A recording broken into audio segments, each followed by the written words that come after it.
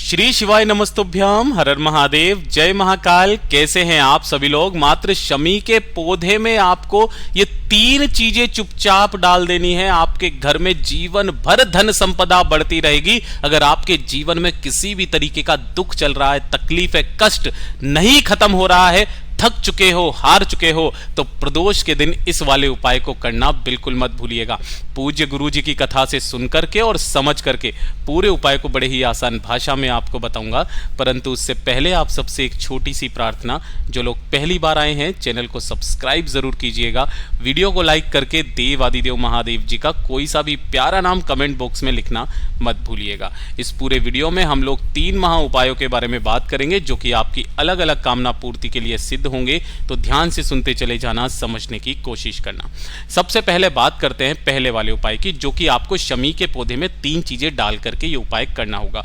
पूज्य गुरुजी ने शमी के पौधे की महिमा के बारे में भी बताया कि शिव महापुराण के अंदर यह लिखा हुआ है कि अगर कोई भूलवश भी एक शमी का पत्ता शिवलिंग पर समर्पित कर देता है ना, उतने में मेरा बाबा उसका कल्याण कर देता है। 1000 अश्वमेघ यज्ञ के बराबर का पुण्य फल उसे प्राप्त होता है। और जिस घर में एक शमी का पौधा भी अगर गमले में लगा हुआ रहता है, और जिस घर की स्त्री अगर उस शमी के पौधे के नीचे एक दीपक गोल बाती का गाय के घी का शुभ और प्रदोष काल में लगा देती है, उस घर में सदैव शिव निवास करते हैं। उस घर में कभी किसी भी तरीके की कोई प्रॉब्लम, कोई संकट, कोई बीमारी आ ही नहीं सकती है।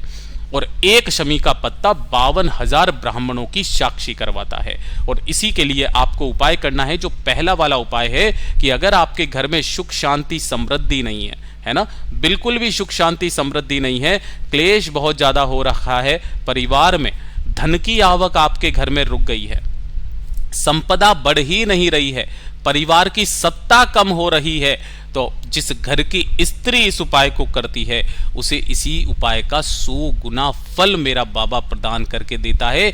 एक छोटा सा उपाय 3 सफेद चीजों से आपको करना है। सबसे पहले आपको लेना होगा एक सफेद फूल, और जो भी सफेद फूल लो ध्यान रखना उसमें केतकी का फूल गलती से भी नहीं होना चाहिए। आप इस तरीके से हर श्रृंगार का फूल ले लीजिए, जो सफेद फूल मिल जाए एक सफेद फूल ले लेना। इसी के साथ में आपको चाहिए होगी दूसरी सफेद चीज है, वो है चावल, है ना। चावल जिन्हें अक्षत भी कहते हैं, अक्षत ही इसीलिए कहते हैं कि ये टूटा हुआ नहीं होना चाहिए, पूर्ण अक्षत चावल का दाने होने चाहिए 7, ठीक है। और इसी के साथ में जो तीसरी सफेद चीज है वो है गौ माता का कच्चा दूध। किसका? गौ माता का कच्चा दूध, जिसे एक भी बार गर्म नहीं किया गया होता है, ऐसा दूध आपको ले लेना है, ठीक है। एक आपके घर में कोई सा भी स्टील का कलश हो, पीतल का हो, कोई सा भी ले लो, एक कलश को छोड़ करके तांबे का कलश, इसे मत। और जो भी कलश लो उसी के अंदर आपको दूध डाल देना है, चावल के 7 दाने और एक सफेद फूल इसी कलश में डाल देना। खाली रह जाए तो अपने घर के शुद्ध जल से भर लेना। सबसे पहले आपको एक कलश तैयार करना है। दूसरे नंबर पर आपको एक दीपक तैयार करना है। दीपक चाहो तो आप अपने घर के आटे का तैयार कर लो, कोई दिक्कत नहीं है, या फिर आप मिट्टी का ले लीजिए, लेकिन इसके अंदर आप जो लगाओगे वो लगाओगे गोल बाती, है ना। और इसके अंदर भरोगे गाय का घी। कोशिश करना गाय का घी आपको मिल जाए, ठीक है। केवल ये 2 चीजें आपको लेनी है। आपके घर में जहां पर भी शमी का पौधा है ना, आपके घर पे कर लेना। सुबह कर लो, सुबह करना चाहो सुबह कर लो, शाम को करना चाहो शाम को कर लो, कोई दिक्कत नहीं है। सबसे उत्तम समय गुरुजी ने प्रदोष काल का बताया। आपको सबसे पहले यहां पहुंच करके एक जो दीपक आपने लिया है ना, उस दीपक को यहां पर प्रज्वलित करना, और इस तरीके से प्रज्वलित करना कि इस दीपक की लो से इसकी पत्तियां ना जले, वरना आपको इसका दोष लगता है, ठीक है ना। यहां समर्पित कर दीजिएगा। और उसके बाद में जो आपने एक लोटा लिया है, जिसके अंदर आपने दूध और सफेद फूल और चावल डाले हुए हैं ना, उस संपूर्ण जल को कुंदकेश्वर महादेव के नाम से, किनके नाम से? कुंदकेश्वर महादेव के नाम से इसी पेड़ की जड़ों में आपको समर्पित कर देना है। ओम नमः शिवाय, श्री शिवाय नमस्तुभ्यम का स्मरण करते हुए उसके बाद में 2 मिनट वहां पर बैठना है, महादेव जी का स्मरण करना है, कामना करनी है। और इस शमी पेड़ के नीचे की जो मिट्टी है ना आपके गमले की, थोड़ी सी मिट्टी अपने घर में अंदर की ओर छींट देना। अंदर की ओर, जैसे कि मान लीजिए ये आपके घर के बाहर की तरफ है, ठीक है, और यह आपके घर का दरवाजा है, तो क्या करना है, ऐसे अंदर की तरफ आपको इसे फेंक देना है। इससे क्या होगा, आपके घर में संपदा बढ़ने लगेगी, आपके घर में प्रवेश करेगी, साथ ही साथ आपके परिवार का ऐश्वर्य, गौरव, मान सम्मान भी बढ़ने लगेगा।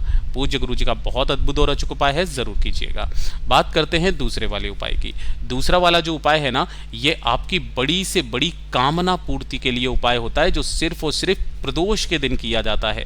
चाहे कोई सी भी आपकी विशेष मनोकामना, किस तरीके की घर प्राप्ति को लेकर के, पुत्र प्राप्ति को लेकर के, नौकरी प्राप्ति को लेकर के, किसी भी तरीके की विशेष मनोकामना है, तो इस वाले उपाय को प्रदोष के दिन, प्रदोष काल में, यानी कि शाम के समय ना मत भूलिएगा। आपको लेनी होगी मात्र एक बेलपत्र, जो कहीं से भी खंडित, कटी फटी ना हो, और दूसरे नंबर पर आपको चाहिए होगा एक चावल का दाना, जो कैसा होना चाहिए, अक्षत होना चाहिए, पूर्ण होना चाहिए, ये चीज का ख्याल रखना। और जो तीसरे नंबर पर आपको चाहिए होगी वो चाहिए दुर्वा। दुर्वा को लेने का क्रम पूज्य गुरुजी ने बताया, या तो 1 लो, या 3 लो, या 5 लो, या 7 लो, या 11 लो, इसी क्रम में दुर्वा ली जाती है। तो जितनी आप दुर्वा ले सको उतनी दुर्वा ले लेना, ठीक है। और 1 लोटा शुद्ध जल अपने घर का, एकदम ताजा जल, पवित्र जल, इन सभी को लेकर के प्रदोष काल में, ये चीज ध्यान रखना, मैं यहाँ फिर लिख भी देता हूँ, यानी शाम कैसे करके देखना है, जब सूर्यास्त होता है ना, तो सूर्यास्त से 45 मिनट पहले और 45 मिनट बाद का जो समय होता है, ये वाला जो 1.5 घंटा होता है, ये प्रदोष काल का समय होता है।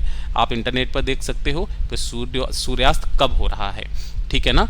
तो उसी समय पर आपको पहुंचना होगा महादेव के मंदिर, शिवलिंग के पास में। जैसे ही आप यहां पर पहुंचोगे, उत्तर दिशा, नॉर्थ डायरेक्शन की तरफ मुख करके खड़े हो जाना। सबसे पहले 1 लोटा शुद्ध जल बाबा की शिवलिंग पर समर्पित करना।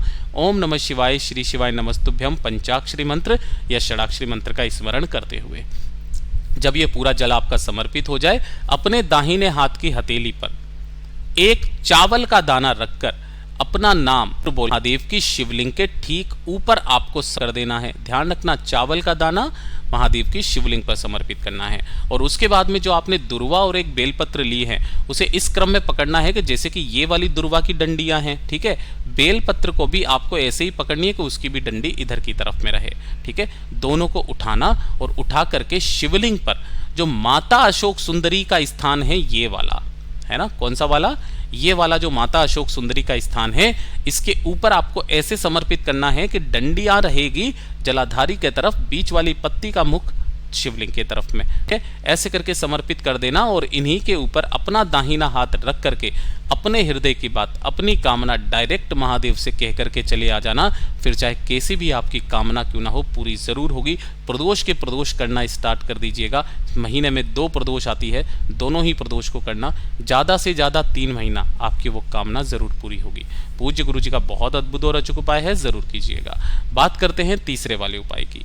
तीसरा वाला जो उपाय है ना, ये किन लोगों को करना है कि अगर आपके जीवन के दुख कष्ट खत्म ही नहीं हो रहे हैं, एक के बाद एक परेशानी, एक के बाद एक दिक्कत आपके जीवन में आती चली जा रही है, उन दिक्कतों का सामना कर करके आप थक चुके हो, हार चुके हो, जब आपके ऐसा लग जाए कि इस दुनिया में मेरा कोई नहीं है, मैं अब इससे नहीं जीत पाऊंगा, तो मात्र एक बेल का पत्ता, यानी कि बेल पत्र, केवल एक बेल पत्र और 1 बूंद शहद, 1 बूंद शहद, 1 बेलपत्र, 1 बूंद शहद और 1 लोटा शुद्ध जल अपने घर का, इन्हें लेकर के जो मंदिर आपके पास में हो शिवलिंग का, जहां पर शिवलिंग विराजमान हो, वहां पर पहुंच जाना।